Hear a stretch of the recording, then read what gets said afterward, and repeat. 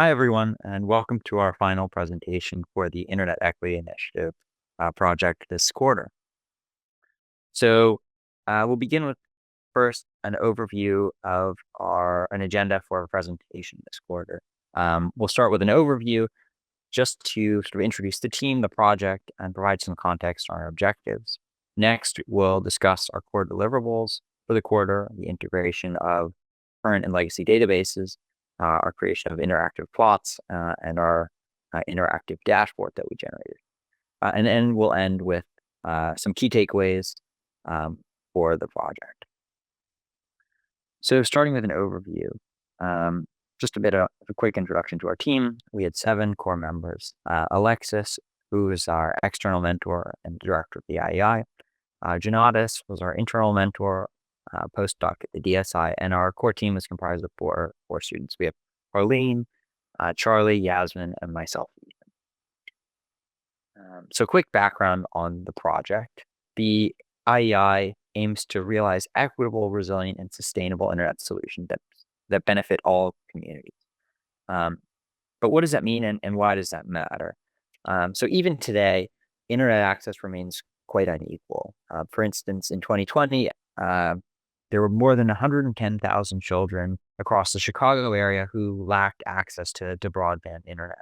And so with more and more people depending on internet connection for their work, for their education, socialization, healthcare, and much, much more, this digital divide is quite a pressing challenge, and one that's especially interesting to policymakers.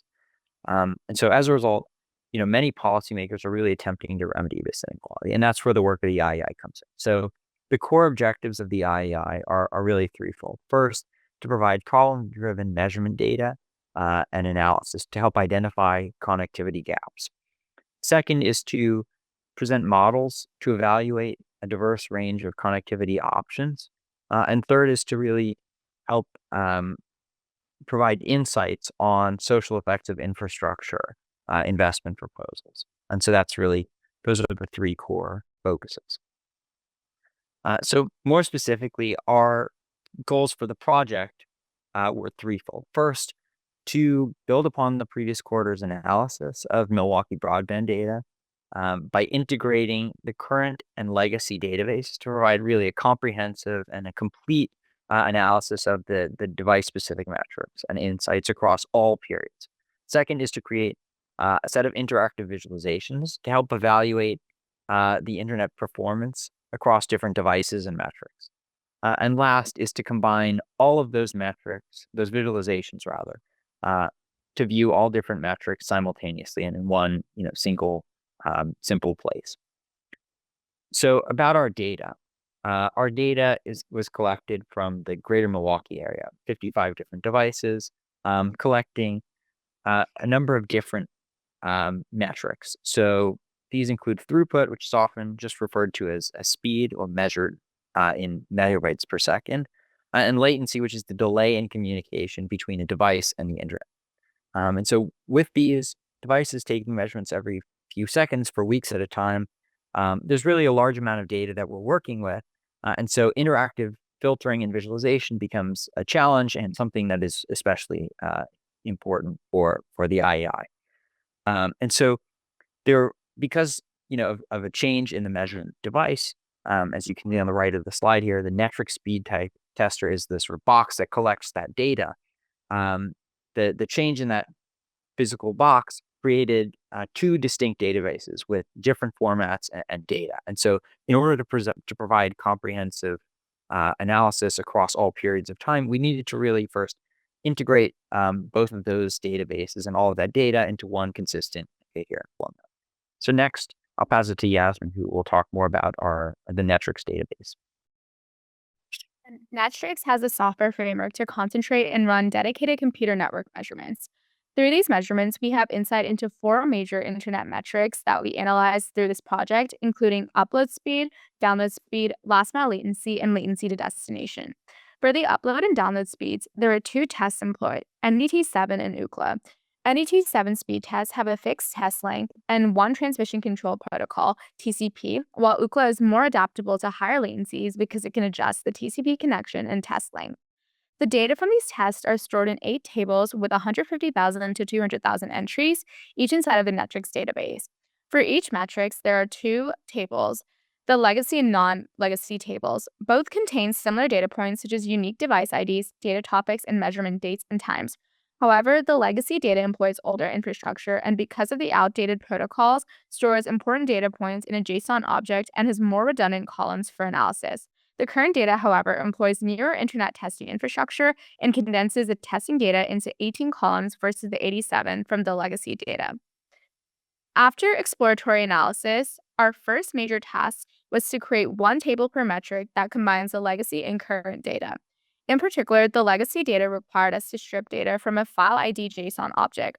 From this file ID, we could obtain the device ID, data topic, measurement date, and measurement time. To ensure the time tracking was consistent across the legacy and current data, we had to convert the measurement date and measurement time into one datetime object. After dropping all the irrelevant columns to our analyses, we merged the 2 data tables with the updated formatting and updated the metrics database for further batch analysis.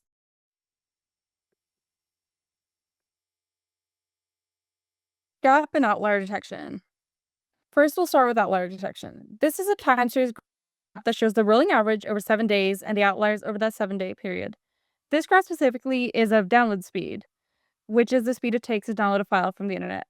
You can see that points you would not expect to be outliers are highlighted as outliers, since this is a rolling averages outlier detection and not a normal outlier detection, which means that within the 7-day period, they were considered outliers and showed unusual activity. This is important because we want to look at the data in comparison to what it is before and after it to identify where activity is unusual for that time period and not necessarily identify peaks and dips. Next, we'll move on to gaps. This is a plot showing the frequency of gaps as well as how long the gap is, specifically for last mile latency. Last mile latency is how long data takes to get from the device to the server, and it is taken every 5 minutes. Gaps detection is especially important because of us combining the 2 datasets, as we want to see if the switch between the 2 create any large gaps. It is also important because it shows us when the devices fail to take their scheduled measurements. So now we'll look at the interactive metric dashboards that we built towards the end of the quarter. We'll start with this combined metric dashboard that measures NDT7, UCLA, and LML. We can see that the first graph is a time series, and the other graphs are histograms. The histograms show successful measurements, failed measurements, outliers, and gaps. You can specify the exact device you want to see, the metric that you want to see between NTT7, UCLA, and last mile latency. And then within each of these, there's also metrics as well, such as download or upload speed. And you can also specify things such as the rolling window or the z-score. And I do so later here, and that'll change the amount of outliers that are shown. So if you shorten the rolling window or decrease the z-score threshold, then more outliers will be shown. So here you can see that there are no outliers, and then if I lower the z-score to 2, then we see a few outliers. So next, we'll look at the latency destination. So latency destination is a bit different because there's an extra parameter that needs to be specified, and that's the destination. So latency destination measures the amount of time it takes for data packets to travel from a source to a destination. You can specify the exact device UID you want to see, as well as the destinations in this time series, and you can see that the Paris is highlighted in blue and YouTube is in red. So Paris takes, to send a file to Paris, it'll take around 200 to 400 milliseconds, while we can see that to YouTube, it's a lot less. And now for the success and failure histograms. So these are histograms that show the successful and failed measurements of Amazon packet loss percent. So packet loss is the amount of data packets that are lost in the journey from source to destination.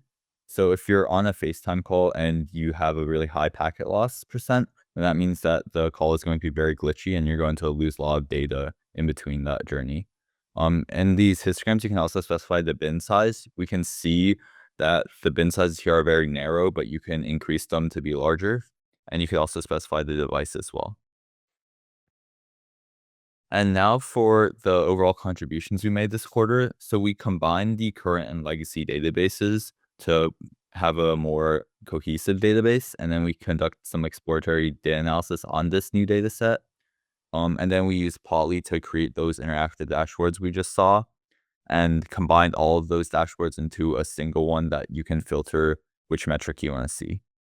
And with this, for the next steps, the Internet Equity Initiative can then examine these plots we made and try to see if there are any inconsistencies, try to see if there's any points of inequality where they can target to and show to policymakers and help increase equality in internet access. And yeah, that's it for our presentation. Thank you so much.